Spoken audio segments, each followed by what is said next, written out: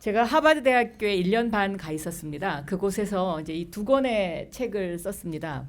반도체 주권국가, AI 신들의 전쟁. 근데 제가 이 책을 보여드리는 이유는 반도체 주권국가는 전통적인 방법으로 책을 썼고요. AI 신들의 전쟁은 AI를 활용을 해서 이제 쓴 책이에요. 근데 반도체 주권국가는 제가 직접 컴퓨터에다가 이제 글을 다 쳐서 넣어서 입력해갖고 이렇게 하니까 물론 이제 그 전에 뭐 자료라든가 플롯 구성을 어떻게 할 것인가는 별개로 책이 나오는데 6개월 걸렸습니다.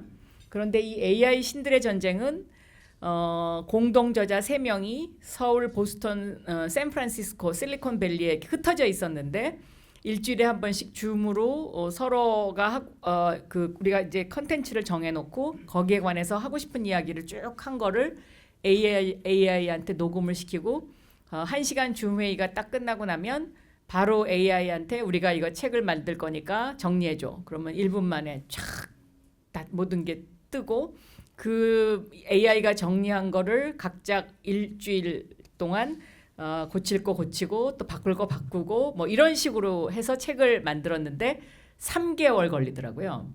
그러니까 이제 제가 이렇게 단순한 AI를 이용한 이 작업만도 생산성이 2분의 1로 딱 줄지 않았습니까? 시간이. 그래서 제가 이걸 보면서 AI는 곧 생산성이구나. 그리고 개인의 생산성, 또 기업의 생산성, 결국은 이 AI가 국가의 생산성을 완전히 바꾸는 것인데 1, 2차 산업혁명이 끝나고 나서 인간의 근육을 대신하는 기계, 그때도 생산성의 혁명이 시작이 됐죠.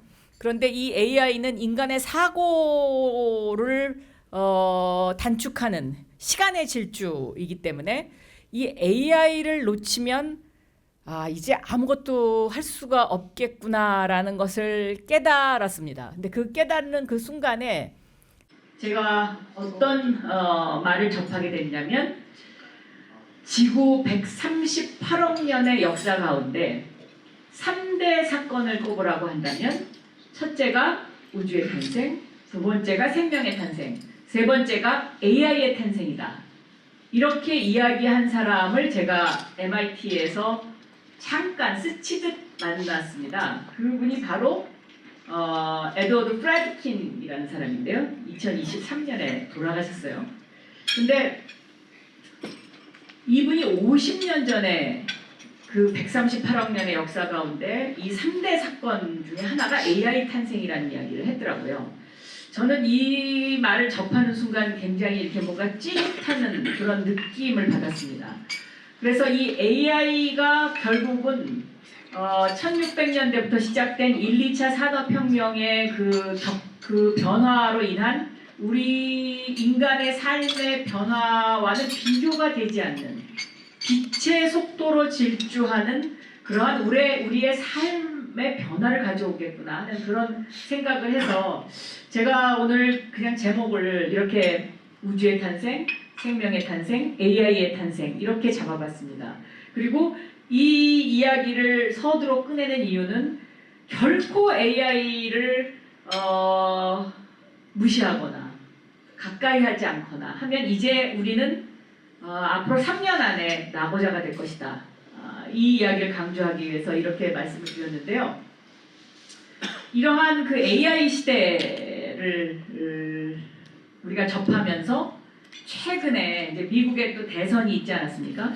이 미국에 대선이 있었는데 이 트럼프의 당선이 그럼 과연 이 AI 시대에 미국의 패권을 계속 가져갈 것이냐? 그리고 트럼프의 당선이 과연 우리의 대한민국의 어떤 지정학적인 위치를 어떻게 바꿀 것이냐? 이게 굉장히 관심이 많았는데 특히 한국은 이 AI 시대와 트럼프의 재등장이라는 이 두 가지 사실 때문에 앞으로 굉장히 많은 내년부터 엄청난 큰 변화를 겪을 수밖에 없을 것이다.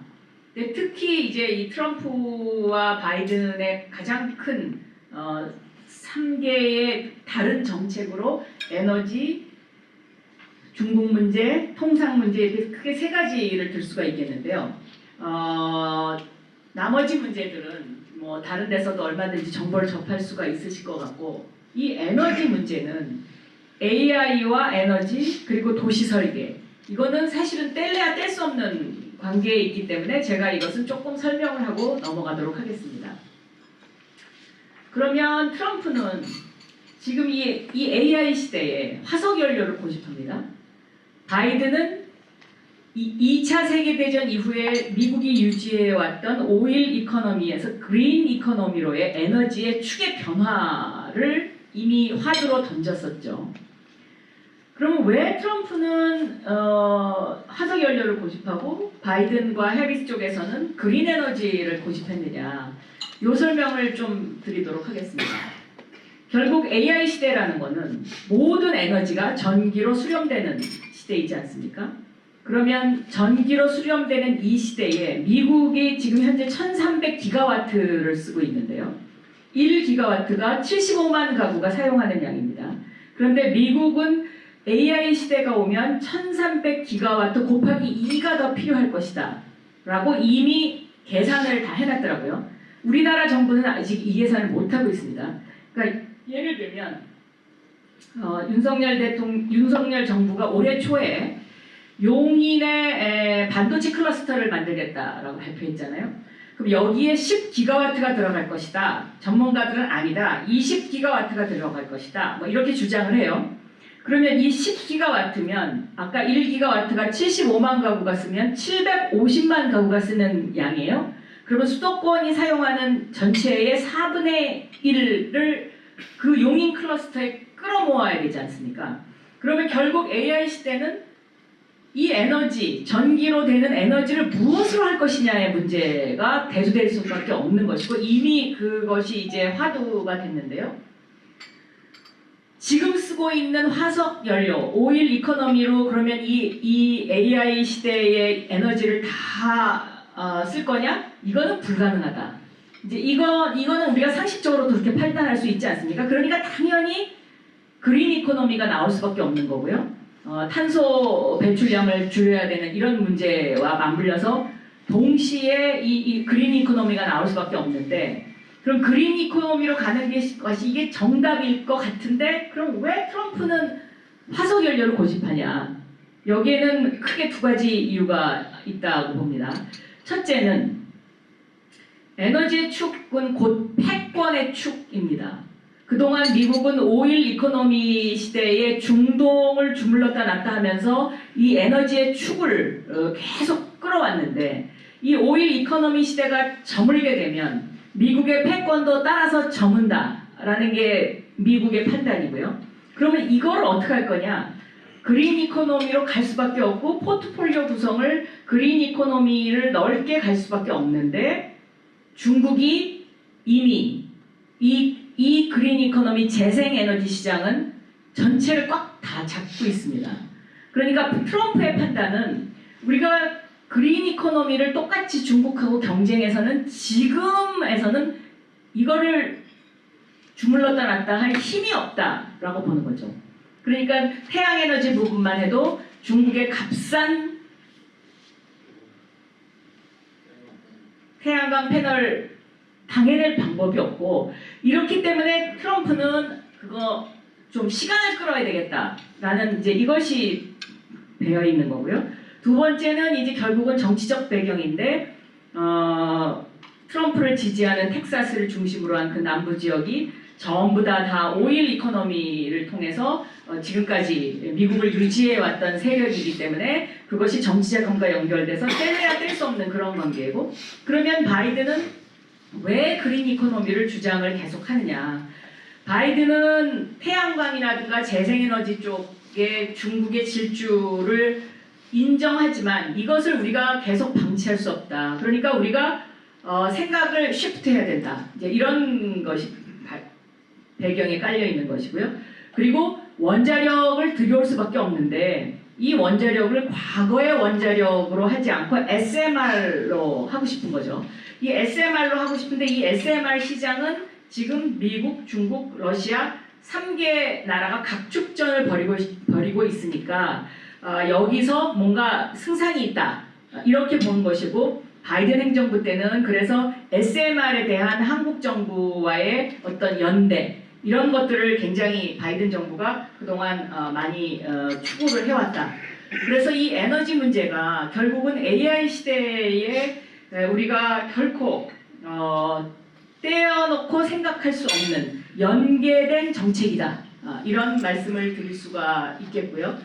그러면 미국하고 중국의 관계를 한번 보면요. 1990년, 1980년 요것이 이제 미중 수교 바로 그 다음인데요. 교역량이 10억 불이었습니다. 그런데 2023년에 6천억 불. 아마 올해가 6,300억, 6,500억 불 정도 될 겁니다. 그럼 이렇게 많은 교역량을 가지고 있는 두 나라가 갑자기 뭐 팔 자르고 다리 자르고 할 수 없잖아요. 여기에 이제 미국의 고민이 있는 것이고요.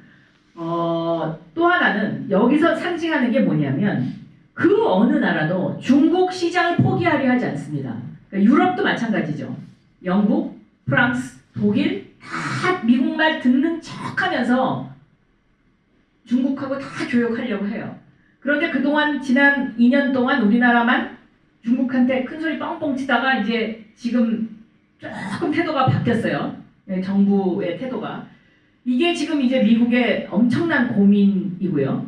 중국의 1인당 국민소득 지난 40년간 25배가 올랐고 30년 동안 평균 경제성장률이 중국 경제성장률이 10%였는데 이거는 전 세계사적으로 전무후무한 기록이죠. 그러면 이러한 중국을 누가 만들어줬냐? 결국은 미국이 만들어준 겁니다. 특히 클린턴 대통령. 중국의 WTO 가입은 미국 상품을 더 수입하게 될 것이고 민주주의의 소중한 가치인 경제적 자유를 더 수용하게 될 것이다. 이게 이제 2000년도에 빌 클린턴 대통령의 발언입니다.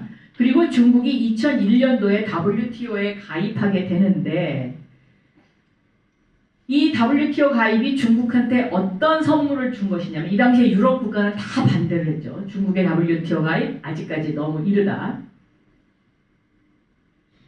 어떤 선물을 줬냐면요. 이 WTO에 가입하면 글로벌 스탠다드를 받아들여야 되지 않습니까? 그런데 중국은 등소평의 개혁 개방 정책이 있었습니다마는 중국 공산당이 최첨단 기술은 민간한테 허용을 하지 않았었습니다. WTO 가입 전에는. 그런데 WTO에 가입하면서 할 수 없이 반도체를 포함한 중요 산업을 민간 기업한테 참여를 허용해요. 이것이 결정타였습니다. 그래서 2000년도에 SMIC 이걸 설립하는데 이 SMIC가 지금 TSMC를 벤치마킹해서 만든 거죠. 그래서 이 민간 기업의 참여를 허용을 하고 나니까 중국의 반도체가 부흥을 하기 시작한 거고요. 2015년에 시진핑이 등장을 하면서 반도체 굵기를 발표합니다. 그런데 여기 반도체 굵기에서 우리가 간과했던 게 뭐냐면요. 향후 10년간 1조 위안, 160조 원을 투자해, 지금 돈으로 계산하면 아마 180조 정도 될 거예요. 180조를 투자해가지고 15%에 머물던 반도체 자금률을 2025년까지 70%로 끌어올리겠다. 이렇게 발표를 했어요. 그럼 2025년이면 내년이지 않습니까? 그런데 제가 보기에는 미국이 규제를 들어갔기 때문에 아마 자금률이 내년에 70%는 안 될 겁니다. 아마 한 30% 정도까지 올라오지 않나 싶은데 그러면 중국의 반도체 자금률이 70%로 내년에 올라간다 그러면 가장 피해를 보는 나라가 어디입니까? 한국입니다. 그렇습니다. 그런데 이 당시에 자료를 보면은요, 대한민국의 이 시진핑의 반도체 굵기에 대해서 심각하게 이걸 갖다가 분석한 보고서도 아주 디테일한 보고서를 제가 아직 보지 못했고 언론도 그렇고 결국은 기업들도 마찬가지죠. 그러니까 중국이 반도체 자금률을 2025년에 70%로 높일 것을 가지고 반도체 굵기를 시작했다 그러면 여기에 대해서 분석하고 삼성과 SK하이닉스 같은 경우는 중국 문제를 어떻게 다룰 것인가에 대한 사전 대비가 있었어야 되는데 이 대비가 없었던 거죠. 그렇기 때문에 특히 이제 삼성 같은 경우는 시안 투자를 33조를 했는데 이게 아마 한 2013년에 계획해서 2015년 요즘입니다. 33조를 했고 SK 하이닉스 같은 경우에는 인텔이 가지고 있던 중국의 다롄 공장을 2019년부터 협상을 하기 시작해갖고 2021년에 11조를 주고 삽니다. 결국은 꼭지를 붙들은 겁니다. 그러니까 인텔은 중국에서 철수를 하는데 우리는 그걸 산 거죠. 그러니까 SK 하이닉스가 지금 HBM으로 저렇게 잘 나가는데 주가가 한 50만 원은 가야 되는데 계속 20만 원대, 30만 원 거기서 왔다 갔다 하는 이유가 이런 속사정이 있는 겁니다. 그래서 이런 거를 간과했다. 이건 정말 우리가 좀 반성해야 되는 일이다. 그렇게 설명을 드릴 수가 있겠고요. 그러면 이 미중 갈등은 언제부터 시작됐냐? 사실은 오바마 정부 때부터 시작됐습니다. 그런데 이 오바마 대통령한테 중국 이대로 나서서는 안 된다라고 보고를 하니까 이 사람은 스타일리스트여가지고 이 표현을 어떻게 했냐면 점잖은 미국이 앞으로 다자주의로 갈 것이다. 그러니까 중국 시장을 줄이겠다는 이야기를 이렇게 표현합니다. 그런데 오바마 대통령의 이 말을 이 당시에 중국과의 갈등에서 빚어진 거라고 이해한 나라는 거의 없었습니다. 트럼프가 2017년에 집권을 해요. 그러면 트럼프한테 보고를 하니까 트럼프는 비즈니스를 하던 사람이었고 이 사람이 가장 좋아하는 정책이 관세 정책이에요. 그러면 그래? 그러면 관세 때려. 이렇게 되는 거죠. 그래서 트럼프 시대에 중국 상품에 대해서 관세를 때려요. 그래서 한국의 중소기업들이 이 당시에 많은 그 혜택을 좀 받습니다. 그랬더니 중국이 가만히 있습니까? 다시 보복 관세를 때렸죠. 그러니까 보복 관세를 때려서 결국 트럼프의 관세 정책은 트럼프 1기 때는 그렇게 성공하지 못했습니다. 그래서 아마 트럼프 2기에 트럼프가 60%의 관세를 때리겠다고 거의 협박조로 나오는 이유가 거기에 있을 수도 있다. 이렇게 생각이 되고요. 바이든 정부 들어와서는 트럼프의 이런 어떤 치킨 게임이 미국에 전혀 도움이 안 된다. 그렇기 때문에 6,300억 불씩 되는 이 교역을 하는 나라 때문에 트럼프 때문에 미국 물가가 올랐던 것도 굉장히 중요한 원인이었는데 그래서 디커플링에서 디리스킹이라는 이런 단어로 이제 싹 외교적으로 전환을 합니다. 그리고 바이든은 시진핑하고 대화를 시작을 했죠. 그런데 이제 다시 트럼프가 왔기 때문에 이것이 이제 앞으로 어떻게 될지 굉장히 이게 주목되는 부분이고 이것이 한국하고 굉장히 아주 밀접한 관계가 있는 부분이라서 우리가 주의 깊게 봐야 된다. 이런 말씀을 드릴 수가 있겠고요. 이런 상황에서 그러면 일본은 가만히 있느냐? 일본은 1985년에 플라자 협정, 즉 다시 말하면은 그 당시에 일본이 G2 국가이지 않았습니까?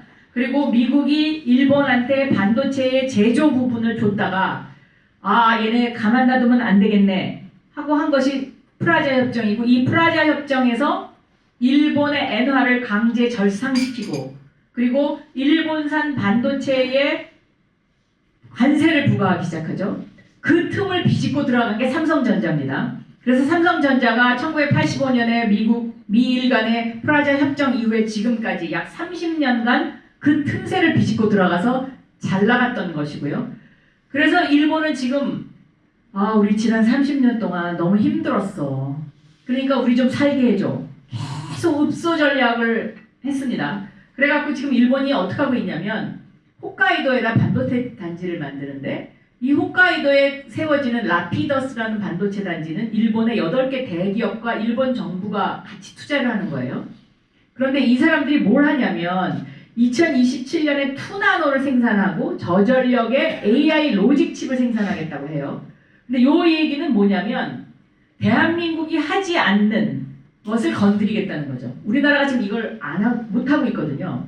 그래서 이걸 가지고 미국한테 계속 설득을 해갖고 결국 미국으로부터 허락을 받고 여기다가 이제 홋카이도에다 단지를 만드는데 이 단지가 만약에 성공하게 되면 가장 큰 타격을 입는 나라는 결국 한국입니다.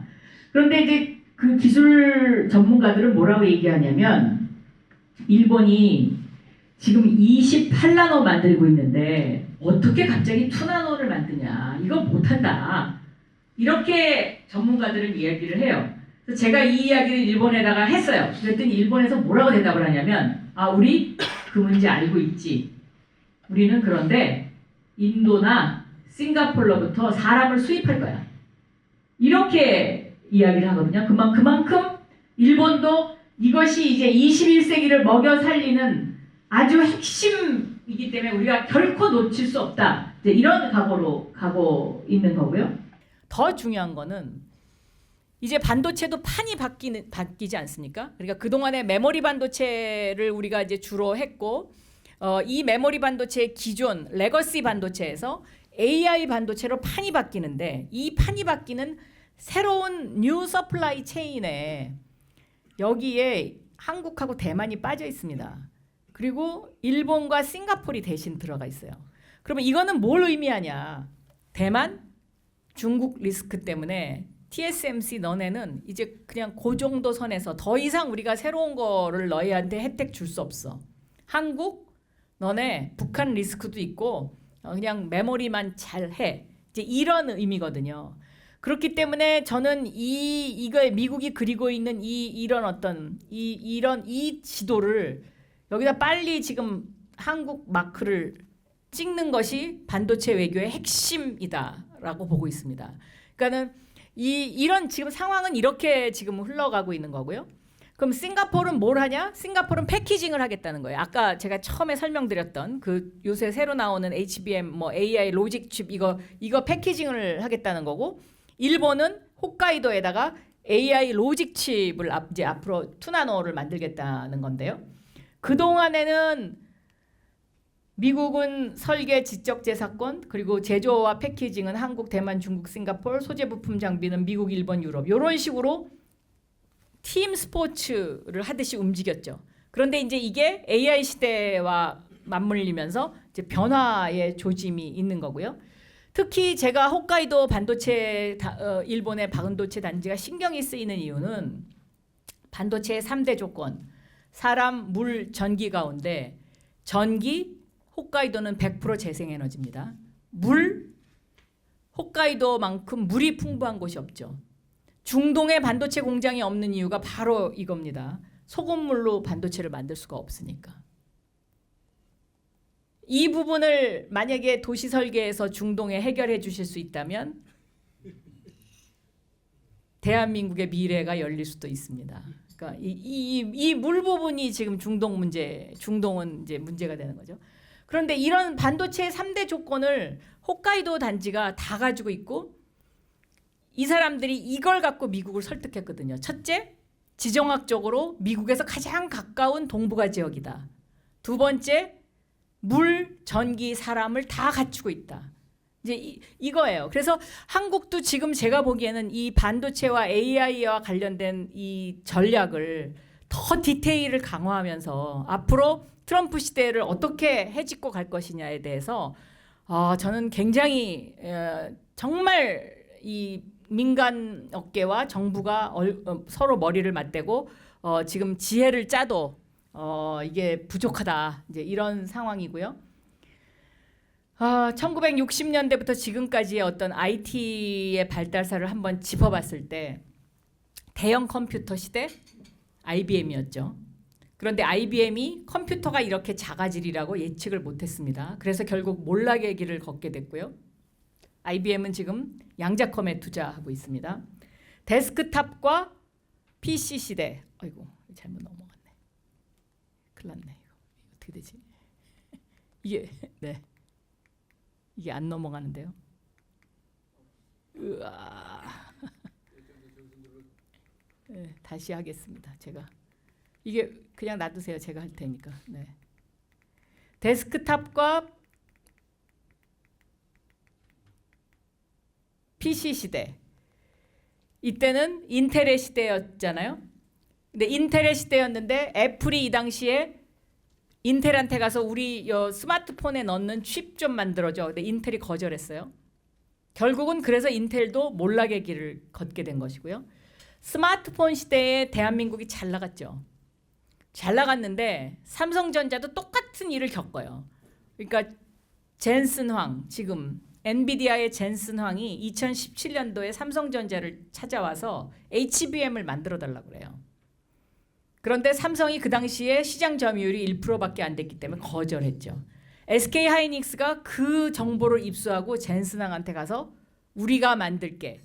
그렇게 해서 오늘의 SK 하이닉스 HBM이 만들어진 거죠. 그러면 지금 이 AI 시대에는 지금 대한민국의 위치는 어디에 있느냐? 자, 스마트폰까지는요. 예를 들면 TSMC 그러면 TSMC의 모리스 창 그러면 대한민국의 이건희, 삼성의 이건희 이렇게 대적하는 기업가가 있거나 기업이 있었어요. 예를 들면 구글 그러면 네이버 뭐 이런 식으로. 그런데 AI 시대를 주물르는 이 세 명, 샘 얼트만, 일론 머스크, 젠슨 황.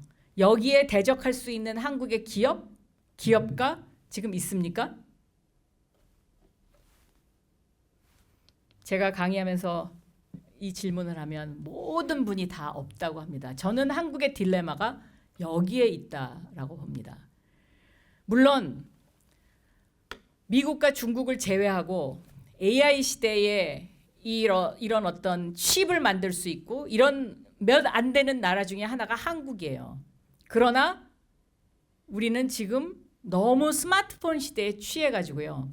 일본이 팩스 시대에 취해서 IT의 10년을 놓쳤듯이 지금 대한민국이 저는 너무 스마트폰 시대에 취해가지고 이 AI 준비가 너무 늦었다. 뭐 여러 가지 이유가 있는데요. 클라우드 산업 투자부터 좀 늦었죠. 우리가 이제 국정원에서 너무 규제가 세고 이러니까 이제 그 공무원들 제가 이제 중기부가 보니까 공무원들이 컴퓨터가 2대더라고요. 하나는 안에서 쓰는 거, 하나는 바깥에서 쓰는 거. 이제 그런 시대가 돼버리면은 이제 사실은 이 AI 시대를 준비할 수 없었던 거거든요. 그러니까 이 늦었는데 그러면 이 세 명이 사실은 지금 이 AI 시대에 어떻게 보면 주역들이고 특히 제가 주목하는 거는 이 일론 머스크인데 이 일론 머스크가 트럼프 행정부의 정보효율위원회 위원장으로 임명이 됐잖아요.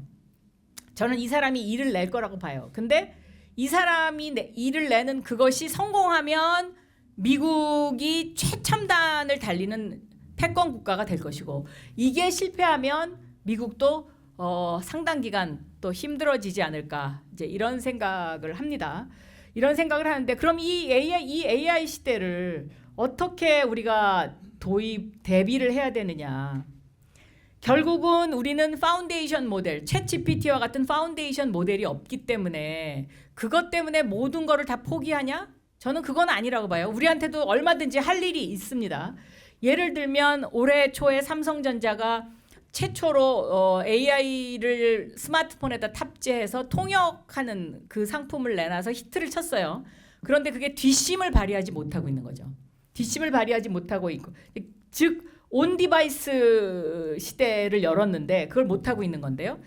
쉽게 생각하면 이제 이런 겁니다.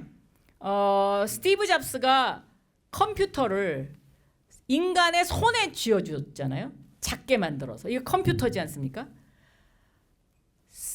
일론 머스크는 그 움직이는 컴퓨터를 내 발에 달아줬어요. 결국 테슬라라는 거 자체가 자동차 안에 컴퓨터가 하나 들어가 갖고 스마트폰하고 똑같은 역할을 하는 거잖아요. 그러니까 센서와 통신 장비를 갖추고 걔가 그 안에서 이 자동차는 부품을 언제 갈아야 되고 이런 것까지 다 계산을 해서 드라이버한테 알려주고 뭐 이런 어떤 그러면 지금은 어떤 싸움이 시작된 거냐? 결국은 AI를 누가 인간의 손에 쥐어줄 거냐?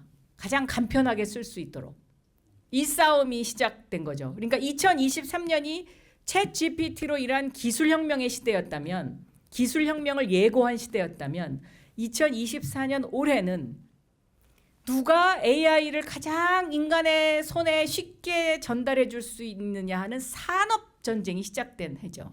그래서 올해 한 해를 쭉 회고해 보면은요.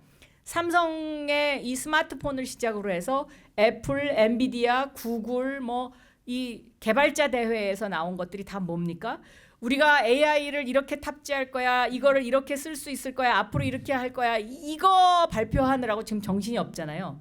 그러면 결국 우리는 파운데이션 모델은 지금 만든다는 거는 저는 말이 좀 이미 늦었고 그럼 파운데이션 모델이 없는데 그럼 어떻게 가냐? 저는 소버린 AI, 즉 대한민국이 구글이나 아니면 뭐 마이크로소프트의 그 파운데이션 모델에게 보낼 수 없는 정보들이 있지 않습니까? 예를 들면 서울시면 서울시가 가지고 있는 각종 교통 자료, 각종 뭐 건물과 관련된 모든 데이터를 스스로 만드는 이 소버린 AI를 만들어서 이거를 AI 에이전트화하는 비즈니스의 시대가 곧 올 것이고 이것을 준비해야 된다. 빌 게이츠가 그랬어요. AI 에이전트 시대가 앞으로 5년 안에 온다. 그러면 이 AI 에이전트 이게 뭐냐? 뭐 굉장히 힘들어 보이는데 사실은 또 어떻게 개념적으로는 이게 어려운 일도 아닙니다. 챗봇의 업그레이드 버전. 예를 들어서 비서가 있습니다. 시키는 일만 하는 비서가 있어요. 시키는 일만 하는 비서는 챗봇이죠. 알아서 척척하는 비서가 있어요. 이게 AI 에이전트입니다. 이 AI 에이전트는 개인 에이전트도 나올 것이고요. 회사를 대표하는 회사 에이전트도 나올 거고요. 정부를 대표하는 정부 에이전트도 나올 수 있습니다. 예를 들면 중소벤처기업부다. 중소벤처기업부에 중소벤처기업부를 대신하는 AI 에이전트를 만드는 겁니다. 예를 들어서 제가 중소벤처기업부에서 하는 R&D 산업에 자금을 받고 싶어요. 지금은 거기에 들어가려면 클릭을 해야 되잖아요. 클릭해서 계속 클릭 찾아 들어가야 돼요. 굉장히 복잡하고 귀찮습니다. 지금은 전자정부 시대니까 이것을 원스톱 서비스라고 정부에서 홍보를 하는데 저는 이제는 AI 시대, 다시 말하면 인텔리전스 거버먼트를 만들어야 된다. 인텔리전스 거버먼트는 뭐냐? 넌스톱 서비스입니다. 그러니까 중소벤처기업부를 대신하는 모든 중소벤처기업부의 데이터를 저장하고 있는 그곳에 에이전트가 나와서 제가 거기에 들어가서 나는 이런 R&D 자금을 받고 싶은데 이게 어떻게 하는 건지 좀 얘기해줘. 그럼 얘가 알아서 쫙 서치해가지고 답을 딱 내주는 이 에이전트 시대가 저는 온다고 생각하고 이 스마트폰도 그런 에이전트로 바뀔 것이다 라고 생각합니다. 그래서 나에 관한 모든 일정이 이 스마트폰의 AI한테 다 들어가요. 그래갖고 예를 들면 저랑 박 회장님과 교수님하고 셋이서 약속을 하려고 그러면 지금은 세 사람이 뭐 카톡방을 만들든지 아니면 뭐 일일이 뭐 괜찮은 날을 주세요 뭐 어쩌세요 뭐 이거 계속 해야 되잖아요. 근데 이게 에이전트화되면 각자 일정을 에이전트끼리 서로 연락해가지고 이날이 비네. 그러면 이렇게 하겠습니다. 그러면 얘가 에이전트가 나한테 박 회장님하고 12월 10일 날 약속 오케이? 한 번에 끝나는 이제 이 시절이 곧 옵니다. 그런데 지금은 그러면 AI의 시대를 1, 2, 3, 4단계로 봤을 때 1단계에 머물고 있는데 다시 말해서 맥락을 이해하는 수준. 그러니까 제가 인공지능 이렇게 쳐도 얘가 이 사람은 인공지능이라는 거를 이렇게 썼을 거야 하고 이제 그렇게 맥락을 이해하는 수준이고 2단계가 바로 AI 에이전트인데 이 AI 에이전트에서 3단계로 넘어가면 무슨 현상이 생기냐? 요즘 우리가 젊은 아이들이 하는 이야기 못 알아듣는 단어들이 있죠. 뭐 예를 들면 하나도 관심이 없어. 이거를 요새 애들은 1도 관심이 없어. 이렇게 얘기하더라고요. 그러니까 하나도라는 이 세 마디가 귀찮으니까 이거를 1도로 세 글자를 두 글자로 줄이는 축약어를 쓰잖아요. 그러니까 1도 관심이 없어. 젊은 애들은 전부 그렇게 얘기하고 또 그거보다 더 어린 아이한테 가면 걔네들이 쓰는 단어를 우리가 때때로 못 알아듣는 그게 많잖아요. 이 AI 에이전트 시대가 오면 에이전트와 에이전트끼리 얘기를 계속 하다 보면 이 사람들도 이 에이전트도 축약어를 만들기 시작하겠죠. 그럼 이 축약어를 만들기 시작하면 인간이 AI의 말을 못 알아듣는 이렇게 되면 AI를 통제하기가 힘들어지는 그러니까 사실상 규제는 이때부터 시작이 되는 것이고 이 규제가 필요한 시기는 이때다라고 생각이 되는데 이런 시기가 이제 앞으로 10년 후에 올 거다라고 전문가들이 예측을 합니다. 그래서 저는 이런 제가 도입부에 얘기했던 우주의 탄생, 생명의 탄생, 그리고 AI의 탄생. 138억 년의 역사 가운데 3대 사건. 우리가 그 초입부에 있는 거고요. 이 초입부에 있는 이것을 우리가 정말 즐거운 마음으로 긍정적으로 받아들이고 더 탐험적인 생각을 해야 되지 않나 이렇게 생각합니다. 그래서 오늘의 결론은 There is no life without AI. 지금부터는 AI 없이는 우리의 일상도 없을 것이다. 오늘 강의 마치도록 하겠습니다. 네.